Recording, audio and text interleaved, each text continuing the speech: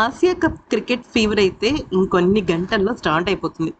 అయితే 10వ తారీఖు సెప్టెంబర్ 7 గంటలకి భారత్ అలాగే యుఏఈ జట్ల మధ్య, అంటే యుఏఈ దేశమే హోస్ట్ ఇస్తుంది కాబట్టి ఇక్కడ మనం గమనించినట్టయితే ఆ దేశమే ఫస్ట్ మ్యాచ్ భారత్తో ఆడుతుందన్నమాట.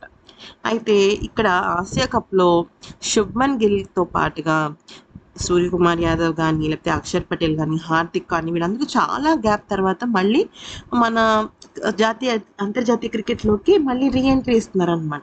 సో వాళ్ళందరికీ కూడా ఈ మ్యాచ్ అనేది చాలా కీలకం. కోర్స్ యుఏఈ అంటే కొంచెం చిన్న జట్టే కావచ్చు, కాకపోతే ప్రాక్టీస్ సెషన్స్లో మాత్రం చాలా అంటే చాలా ఆచితూచి అడుగులు వేస్తున్నారు మన భారత జట్టు.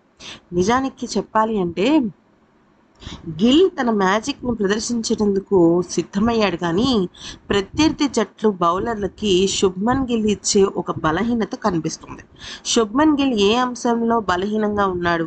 దుబాయ్‌లో అతను ఎందుకు విఫలమవుతున్నాడు? ఏంటనేది మనం తెలుసుకుందాం. నిజం చెప్పాలి అంటే ఈసారి అంటే దుబాయ్‌లో అతని బ్యాట్ పంజా విప్పుతుందా అంటే కొంచెం కష్టమనే చెప్పుకోవాలి. అంత ఈజీ కాదు అని అనుకోవాలి. ఎందుకంటే దుబాయ్ పిచ్ ప్రత్యర్థి జట్టు బౌలర్లు ఉపయోగించుకోగల బలహీనత. శుభ్మన్ గిల్ ఏ అంశంలో బలహీనంగా ఉన్నాడు అనేది చాలా ముఖ్యం. అయితే తను మంచి ఫామ్‌లో ఉన్నప్పటికీ కూడా ఐపీఎల్ తర్వాత ఇంగ్లాండ్ పర్యటనలో అతను పరుగులు చేస్తున్నాడు కానీ, దుబాయ్‌లో పరుగులు సాధించడం అతనికి అంత సులభం కాదు. అక్కడ పిచ్ స్పిన్‌కు అనుకూలంగా ఉంటుంది. గిల్ టెక్నిక్ బాగున్నందున స్పిన్నర్ల పైన బాగా ఆడతాడని అందరికీ తెలుసు. కానీ ఇక్కడ ఆసక్తికరమైన విషయం ఏంటంటే టీ20 ఇంటర్నేషనల్లో స్పిన్నర్లపై శుభ్మన్ గిల్ ప్రదర్శన చాలా పేలవంగా ఉంది. అయితే అంతర్జాతీయ టీ20లో శుభ్మన్ గిల్ స్పిన్నర్లపై 18 ఇన్నింగ్స్లో 190 పరుగులు చేశాడు. స్పిన్నర్లపై అతనికి సగటు కేవలం 19 మాత్రమే ఉంది. అంతేకాదు అతని స్ట్రైక్ రేట్ కూడా 125. వినడానికి షాకింగ్గా ఉన్నప్పటికీ కూడా ఆసియా కప్లో శుభ్మన్ గిల్ పరిస్థితి ఇలాగుంటే అతని కష్టం అవుతుంది. ఆసియా కప్ సమయంలో స్పిన్నర్లు కీలక పాత్ర పోషిస్తారు. ఈ సమయంలో దుబాయ్ పిచ్ స్పిన్కు అనుకూలంగా ఉంటుంది. పెద్ద విషయం ఏంటంటే ప్రత్యర్థి జట్లైన పాకిస్తాన్, లంక, ఆఫ్ఘనిస్తాన్లో ప్రపంచ స్థాయి స్పిన్నర్లు ఉన్నారు.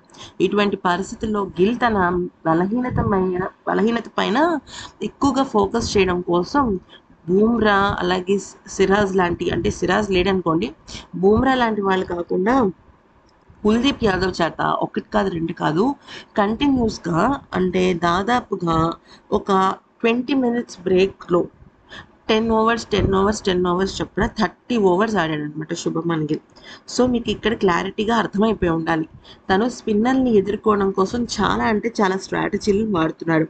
ముఖ్యంగా చాలామంది అక్కడ దుబాయ్కి సంబంధించిన నెట్ బౌలర్స్ కానీ, మన భారత్కి సంబంధించిన నెట్ బౌలర్స్ కానీ, అలాగే కొంతమంది సౌత్ ఆఫ్రికా నుంచి కూడా కొంతమంది నెట్ బౌలర్స్ని మన వాళ్ళు ప్రాక్టీస్ సెషన్స్ కోసం నియమించడం జరిగిందనమాట. ఎందుకంటే స్పిన్ బౌలర్స్కి సంబంధించే గేమ్ అంతా ఉంటుంది దుబాయ్ పిచ్చెస్ పైన మన భారత జట్టుకు అంత పెద్ద ట్రాక్ రికార్డ్ లేదు.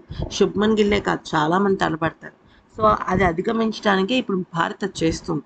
కాకపోతే మన భారత జట్టులో రింకు సింగ్ కానీ, లేకపోతే హార్దిక్ పాండ్యా కానీ, ఇంకా ఓపెనర్ అభిషేక్ శర్మ కానీ వీళ్ళందరూ మాత్రం స్పిన్నర్లు పేసర్లను లేకుండా దుమ్ము దులిపేస్తున్నారు, ఇరక్కొడుతున్నారు అనమాట. ఎందుకంటే వీళ్ళు దాదాపుగా డే అండ్ నైట్ మ్యాచెస్ ఆడుతున్నారు. కారణం ఏంటి అంటే చాలా గ్యాప్ వచ్చేసింది, 30 డేస్ పైన వచ్చిందనమాట గ్యాప్. అది కూడా ఇంగ్లాండ్కి సంబంధించిన టెస్ట్ క్రికెట్ కూడా ఆడలేదు చాలామంది. సో అందుకని చాలా గ్యాప్ రావటం వల్ల డే అండ్ నైట్ సంబంధించిన ప్రాక్టీస్ సెషన్స్ చేస్తున్నారు. దానిలో ఒక్కొక్కరు హాఫ్ సెంచరీలతో దుమ్ము రేపుతున్నారు. మరి ఈ వీడియో నచ్చితే లైక్ చేసి సబ్స్క్రైబ్ చేసుకోండి.